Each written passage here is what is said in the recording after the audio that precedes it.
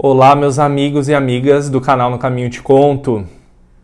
Hoje eu quero falar de um tema bastante delicado e muito importante para a evolução da nossa sociedade, que é o anticapacitismo. Então eu quero, após a vinheta, que eu vou botar para rodar já já, eu vou falar para vocês um pouco de histórico.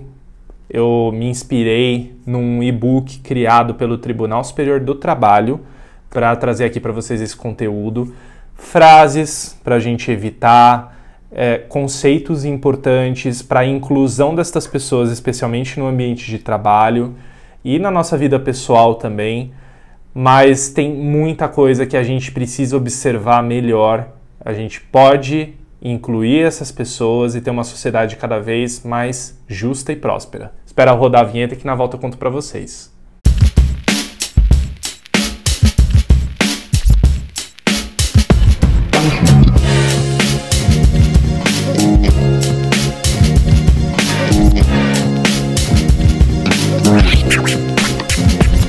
Bom, gente, existem dois documentos muito importantes para as pessoas com deficiência no Brasil. O primeiro é a Lei Brasileira de Inclusão da Pessoa com Deficiência, que é o Estatuto da Pessoa com Deficiência, a Lei 13.146 de 2015. E o segundo documento é a Convenção Internacional dos Direitos da Pessoa com Deficiência, que aqui no Brasil tem status de norma constitucional. Ela foi promulgada pelo Decreto 6949 de 2009. E dentro dessa convenção existe uma definição do que é a pessoa com deficiência, que é aquela que tem impedimento de longo prazo de natureza física, mental, intelectual ou sensorial, o qual, em interação com uma ou mais barreiras, pode obstruir sua participação plena e efetiva na sociedade em igualdade de condições com as demais pessoas. Gente, eu estava num evento sábado e eu fiquei muito surpreso, eu fiquei triste até, na verdade, de ver um cadeirante que teve que descer. Na verdade, as pessoas ajudaram, né, carregando no braço, 5 homens carregando um cadeirante num local que recebe muitos eventos. Então a gente sabe que, e a gente está aqui em São Paulo, que é a cidade mais evoluída sobre muitos aspectos no Brasil, e infelizmente ainda presenciamos muito essas cenas. Para quem não sabe, isso não deixa de ser uma discriminação em razão da deficiência dessa pessoa. Então toda forma de distinção, restrição ou exclusão por ação ou por omissão, que naquele caso ali era a omissão do estabelecimento, que tem o propósito ou o efeito de prejudicar, impedir ou anular o reconhecimento ou exercício dos direitos e das liberdades fundamentais da pessoa com deficiência, incluindo a recusa de adaptações razoáveis e fornecimento de tecnologias assistivas, é uma forma de discriminação destas pessoas. A gente, como consumidores, independente, por exemplo, eu não estou no meu local de fala para falar de capacitismo, mas eu posso falar de anticapacitismo. Assim como a gente pode falar de antirracismo, anti-homofobia, anti-misoginia, a gente pode sim cobrar do poder público, cobrar dos estabelecimentos que eles sigam determinadas normas, como no caso do Estatuto das Pessoas com Deficiência, se preza a necessidade de adaptação dos ambientes para as pessoas com deficiência auditiva, visual, de locomoção. Então, a gente precisa, como pessoas sem deficiência, também trabalhar em prol destas outras pessoas que são parte da nossa sociedade, em locais de diversão, como era o caso ali no sábado, no meu último sábado, mas principalmente em ambientes de trabalho. E deixo aqui uma pergunta para vocês. Se os corpos são, por natureza, diferentes, o que cria a percepção de deficiência? Também queria deixar para vocês alguns números aqui do Brasil. São 17 milhões de brasileiros que convivem com algum tipo de deficiência. Em quase 20% dos domicílios do Brasil, 1/5 das casas do Brasil, gente, mora uma pessoa com deficiência. Entre as pessoas com deficiência em idade de trabalho, pessoas economicamente ativas, 28,3% destas pessoas integram a força de trabalho. É menos da metade do índice das pessoas sem deficiência, que é de 66,3%. Mas o rendimento médio mensal das pessoas com deficiência é 37,4% menor do que das pessoas sem deficiência. E eu queria falar para vocês sobre o que torna uma fala ou um comportamento nosso capacitista.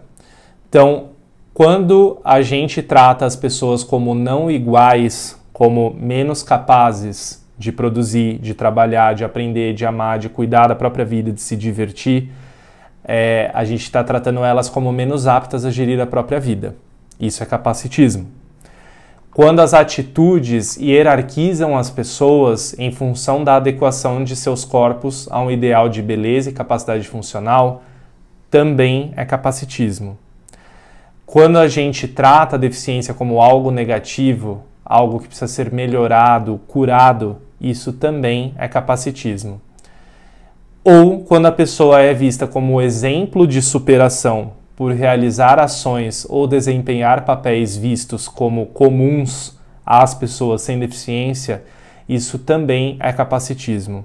Então esse negócio, por exemplo, nas Paralimpíadas, que a gente vê muito falar sobre superação, por mais que a gente ache que é bonito, assim como a gente fala também das pessoas sem deficiência, a superação delas, às vezes quebra um recorde, ou teve, vou dar um exemplo aqui do Ronaldo Fenômeno, né? Quando ele teve o problema no joelho e ele conseguiu se recuperar para jogar a Copa de 2002, foi decisivo, principalmente na final.